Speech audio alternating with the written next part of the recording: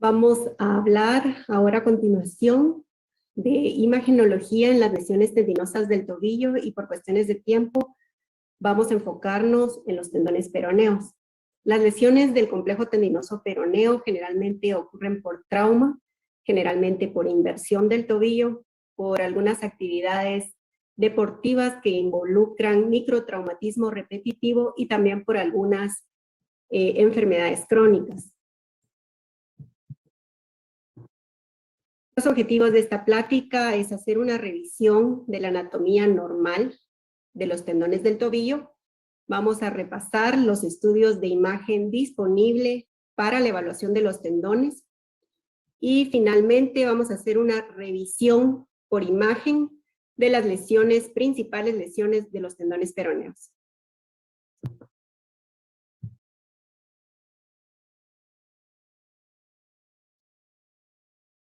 Vamos a comenzar con el repaso anatómico. En el tobillo, los tendones para su evaluación se dividen en 4 grupos basados en su localización anterior, posterior, medial y lateral. En la región posterior, el tendón de Aquiles es el más largo del cuerpo, formado por la confluencia de los tendones gastrocnemios y músculo sóleo. Anteromedial al tendón de Aquiles se encuentra el tendón plantar, presente en 90% de los individuos. En la región medial, los tendones flexores, el más grande de estos es el tendón tibial posterior, que pasa por debajo del maleolo tibial y se inserta al hueso escafoides, las 3 cuñas y base del primero y cuarto metatarsiano. Este tendón es muy importante porque provee soporte al arco del pie. Luego tenemos el tendón flexor digital largo, que se encuentra posterior al tibial posterior. Y por último, el tendón flexor alucis largo, que es el más lateral y pasa por atrás del astrágalo y por debajo del sustentáculo del astrágalo. En la región anterior hay 3 tendones de medial a lateral. El tendón tibial anterior, que es el mayor y más largo, el tendón extensor alucis largo y el tendón extensor digital largo. Hay un cuarto tendón, el peroneo tercero, con una prevalencia en disección de cadáveres del 93%. Estos tendones sirven para dorsiflexión del tobillo y pie. Y finalmente, en la región lateral se encuentran los tendones peroneos, breve y largo, en los cuales nos vamos a enfocar en esta plática. Los tendones peroneos son los evertores del pie. Pasan posterior e inferior al maleolo lateral, el cual usan de polea. Comparten una vaina tendinosa proximalmente, pero tienen una vaina separada distal. El peroneo breve es más plano y ancho que largo, usualmente está anterior y se inserta en la base del quinto metatarsiano. El tendón peroneo largo tiene una inserción ancha en la superficie plantar de la base del primer y segundo metatarsiano y cuña media, como vemos en este ejemplo. Vamos a mencionar también algunas variantes anatómicas de la región lateral del tobillo que pueden predisponer a lesiones tendinosas peroneas. Las más comunes son el surco retromaleolar, el tubérculo peroneo, la eminencia retrotroclear, el os peroneo y el surco cuboideo, esto último en pacientes con posición cabo-varo del retropié. El surco retromaleolar del peroné es cóncavo y liso en aproximadamente 82% de los individuos. Un surco retromaleolar irregular, plano o convexo es menos común y puede predisponer a desgarros de los tendones peroneos y a luxación lateral. Esta imagen de un surco peroneo retromaleolar convexo señalado por la flecha en un paciente de 39 años con sospecha de artritis reumatoide. Y aquí la imagen del ultrasonido en donde la flecha curva señala el retináculo peroneo superior. Pueden haber 2 protuberancias óseas en la cara lateral del calcáneo. La más posterior, la eminencia retrotroclear, que se localiza posterior a los tendones peroneos, está presente en el 98% de los individuos. Como vemos en esta imagen de resonancia, una eminencia retrotroclear grande señalada por la flecha. La segunda protuberancia ósea, el tubérculo peroneo, se encuentra anterior a la eminencia retrotroclear y está presente en aproximadamente 50% de los individuos. Este ejemplo de hipertrofia del tubérculo peroneo, que mide más de 5 milímetros de ancho y produce tendinosis secundaria del tendón peroneo largo señalado por la cabeza de flecha, el tendón peroneo breve con atenuación de su señal. El os peroneo es un hueso sesamoideo dentro del tendón peroneo largo que puede ser cartilaginoso u osificado y se encuentra en la región del túnel cuboide en la cara lateral del hueso cuboides.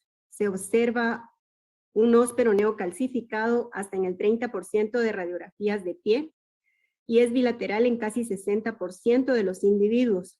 Este huesecillo puede ser bipartito o multipartito como en este caso.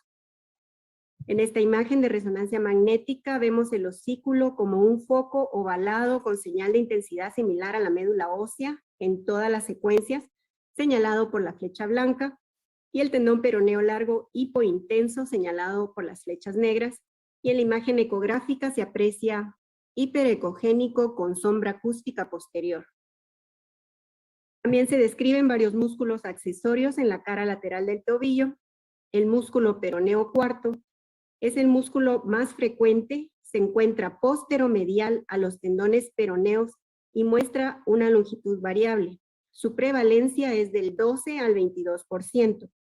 Se origina con mayor frecuencia en el músculo peroneo breve y el sitio de inserción distal más frecuente es la eminencia retrotroclear señalado por el asterisco.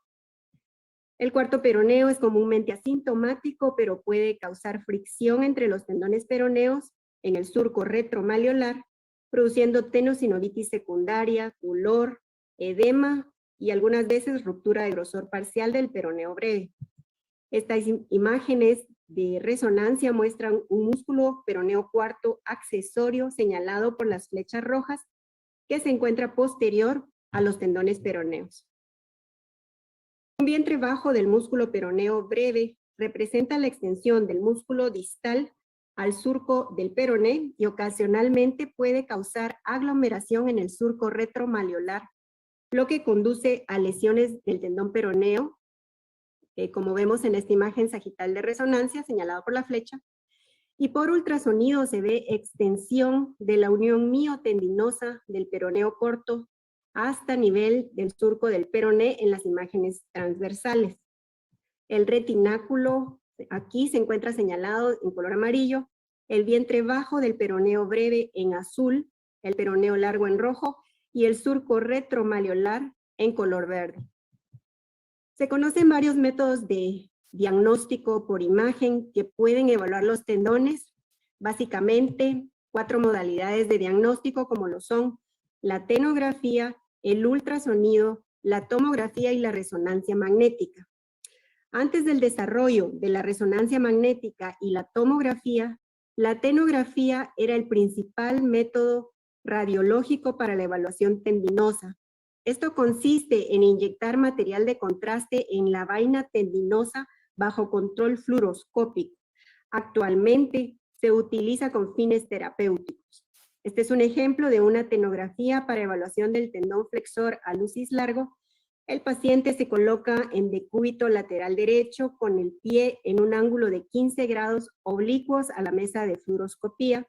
Se marca el sitio de colocación de la aguja, en este caso la línea punteada es la localización de la arteria tibial posterior y la línea curva señala el sustentáculo del astrágalo o sustentaculum tali. La cabeza de flecha señala el sitio de inserción de la aguja. Después de la inyección del contraste, se aprecia opacificación de la vaina tendinosa. La flecha blanca señala la bursa a nivel del tobillo.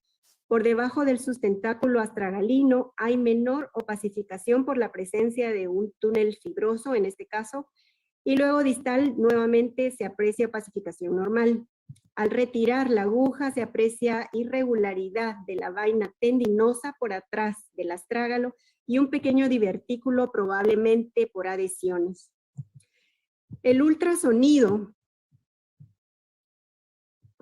utiliza transductores lineares de alta frecuencia e imágenes dinámicas para evaluación de los tendones.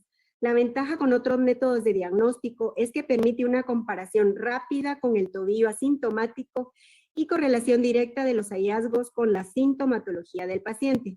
Recordemos que conocer la localización del dolor usualmente disminuye el diagnóstico diferencial y permite una mejor orientación del examen. Para evaluar los tendones peroneos se obtienen imágenes en eje corto y en eje largo. El paciente se coloca en decúbito lateral con la cara medial del pie apoyada en la camilla. Esta es una vista transversal a nivel del malleolo lateral en donde se visualizan ambos tendones en la región posterolateral del peroné. Y aquí una vista longitudinal en donde podemos ver los dos tendones peroneos. Luego se evalúan por separado. Primero evaluamos el tendón peroneo largo siguiendo su trayecto, primero del calcáneo y luego del calcáneo hasta su inserción plantar. Y luego vemos al peroneo breve aquí en una vista extendida hasta su inserción a la base del quinto metatarsiano. La tomografía multicorte ha tenido alto impacto en la imagen del sistema músculo-esquelético, principalmente en trauma. Entre sus ventajas es que es un estudio rápido, de amplia cobertura, reduce los artefactos por metal y se pueden realizar reconstrucciones tridimensionales. La imagen de los tendones actualmente se ha limitado al ultrasonido y a la resonancia magnética. Sin embargo, existen algunas limitaciones en la evaluación ultrasonográfica, como es evaluación cerca de heridas abiertas o quirúrgicas, y asimismo algunas veces también la resonancia magnética está contraindicada por la presencia de marcapaso o material de osteosíntesis, o bien el paciente puede ser claustrofóbico. Este es un caso de un paciente que tiene material de osteosíntesis en peroné. En la resonancia magnética, el material metálico produce artefactos por deflexión magnética que impiden la adecuada valoración de las estructuras. Y en la tomografía se logran atenuar los artefactos de metal. Las técnicas de reconstrucción tridimensional han evolucionado a pasos agigantados y actualmente permiten la visualización de hueso y tendones en tobillo y pie. Aquí vemos una reconstrucción de volumen que demuestra la relación de huesos y tendones del tobillo. La fascia y la musculatura plantar también tienen una atenuación similar a la de los tendones. Y este sombreado de superficie que procesa los huesos y tendones por separado y luego los fusiona para la imagen final. Las desventajas de esta técnica es que consume mucho tiempo para editar las imágenes y el tamaño de los objetos puede ser inexacto. La resonancia de alto campo magnético permite una alta resolución espacial y de contraste para evaluar lesiones tendinosas. En los últimos años hemos sido testigos de la explosión de información con respecto al rol de la resonancia magnética, ya que es muy útil para evaluación de tejidos blandos como tendones, ligamentos, nervios, fascia y para detectar lesiones óseas ocultas. Podemos ver la apariencia normal de los tendones peroneos. En la imagen axial se aprecia la localización normal en el surco peroneo retromalleolar, en donde el tendón peroneo breve está anteromedial al tendón peroneo largo. Y en la imagen sagital observamos al tendón peroneo breve en localización superior al tendón peroneo largo.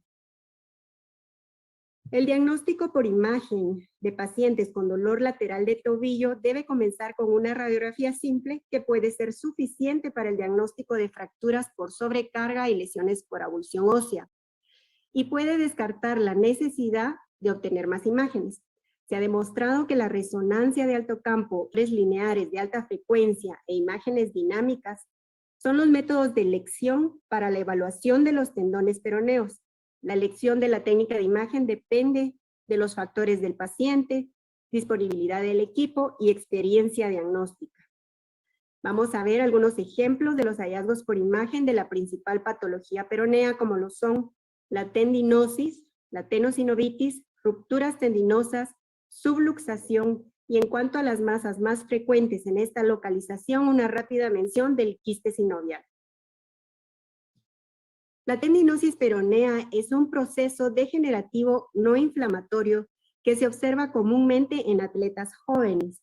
Puede ser causado por trauma repetitivo, pinzamiento subfibular por fracturas desplazadas del maleolo lateral o calcáneo, o por enfermedades crónicas como artropatías inflamatorias, metabólicas o diabetes. En la resonancia magnética, la tendinosis aparece como un engrosamiento del tendón con un aumento de la señal de intensidad intrasustancia, como se aprecia en esta imagen. Y por ecografía, los tendones aparecen hipoecogénicos y engrosados sin que se observe un desgarro de fibras. Cuando una vaina tendinosa está distendida por líquido sinovial circunferencial mayor de 3 milímetros de espesor de líquido, es indicativo de tenosinovitis. En la resonancia magnética, la tenosinovitis se caracteriza por un aumento de líquido sinovial en la vaina del tendón con una intensidad de señal típicamente alta o heterogénea y puede estar asociada con un engrosamiento del tendón y aumento de la señal intrasustancia. Por ultrasonido se aprecia distensión de la bursa por líquido, la sinovial engrosada y con frecuencia irregular, el tendón edematizado y a veces cambios inflamatorios del tejido blando adyacente. El estudio con Doppler color se aprecia aumento de la vascularización en la membrana sinovial y el tendón. La tenosinovitis estenosante se debe a la fricción crónica de los tendones peroneos dentro de un túnel osteofibroso inferior estrecho. Esto es asociado a tendones peroneos hipertróficos y generalmente con un retináculo inferior grueso que evita el desplazamiento normal de los tendones. Los desgarros del tendón peroneo deben considerarse en todo paciente que presenta dolor lateral crónico del tobillo. Los desgarros ocurren como resultado de un traumatismo, generalmente por esguince, en tendones con tendinopatía preexistente y con microtraumatismo repetitivo debido a la inestabilidad. Los tendones peroneos rara vez se desgarran simultáneamente. Los desgarros del tendón peroneo largo que se asocian con desgarro del tendón peroneo breve ocurren con frecuencia en el surco retromalleolar, mientras que los desgarros del tendón peroneo largo aislados ocurren comúnmente en el medio pie. La ubicación anatómica del tendón peroneo breve entre el surco retromalleolar del peroné y el tendón peroneo largo lo hace susceptible de desgarro degenerativo.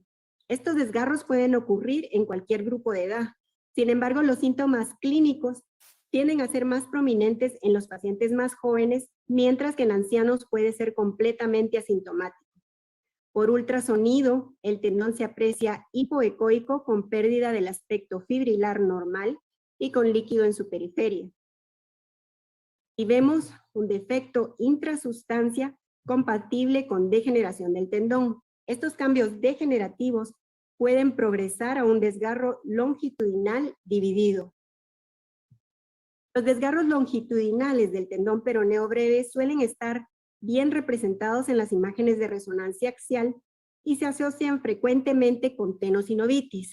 Este caso de un paciente de 50 años con dolor lateral del tobillo, donde podemos observar el signo de boomerang o ruptura del tendón peroneo breve, y en esta otra imagen una ruptura longitudinal con presencia de dos hemitendones del peroneo breve que rodean al tendón peroneo largo. Y este caso de una ruptura del tendón peroneo breve rodeando al tendón peroneo largo con forma de C. Esta es la secuencia T1. Y luego tenemos la secuencia de supresión grasa, donde vemos los mismos hallazgos. Y aquí es más evidente el líquido en la periferia tendinosa.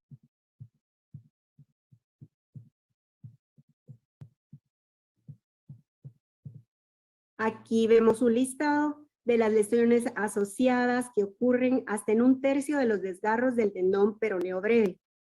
Esto demuestra que los desgarros del peroneo breve rara vez se manifiestan como lesiones aisladas y respalda la necesidad de una evaluación por resonancia magnética de todo el complejo lateral del tobillo.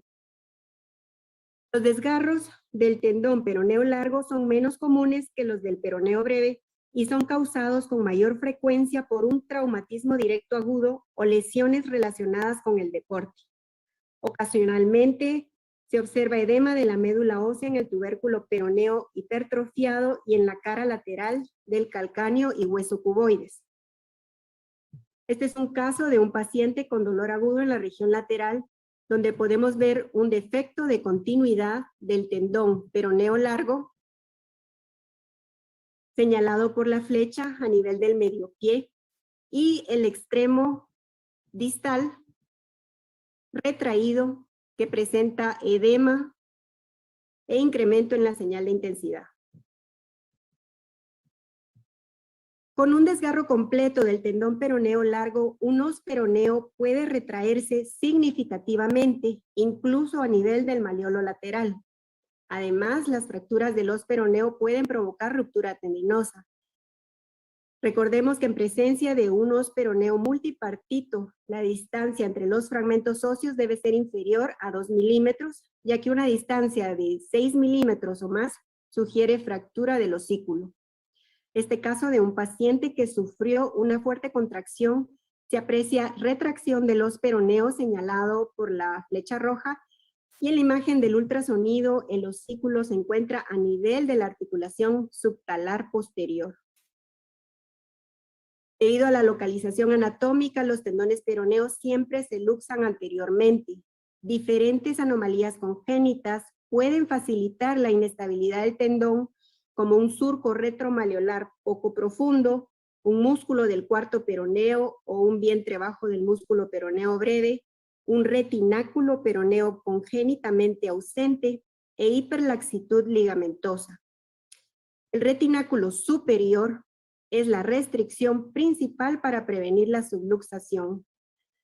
La inestabilidad del tendón peroneo incluye subluxación anterior y dislocación de los tendones peroneos del surco retromaleolar con lesión asociada del retináculo peroneo superior y una subluxación intravaina en donde los tendones invierten sus posiciones. Las subluxaciones transitorias de los tendones peroneos frecuentemente no se observan por resonancia magnética de rutina. La ecografía dinámica es la modalidad de imagen de elección para evaluar esta patología, como vemos en este caso, de una luxación en un paciente de 30 años después de una lesión traumática del retináculo superior.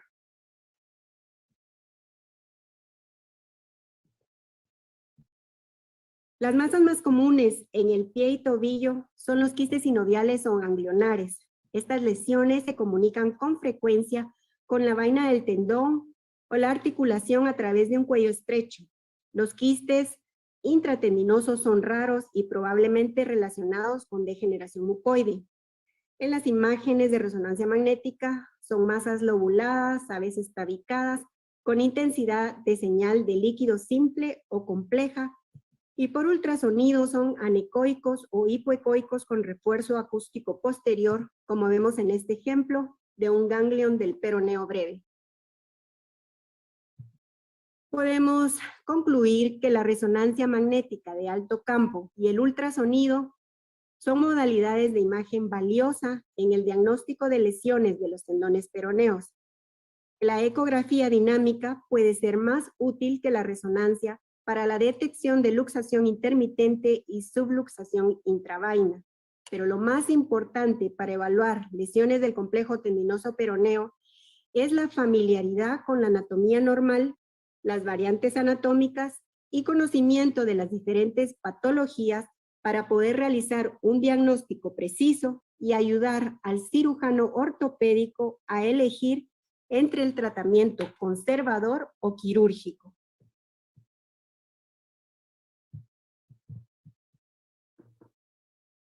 Y con eso damos finalizada esta plática.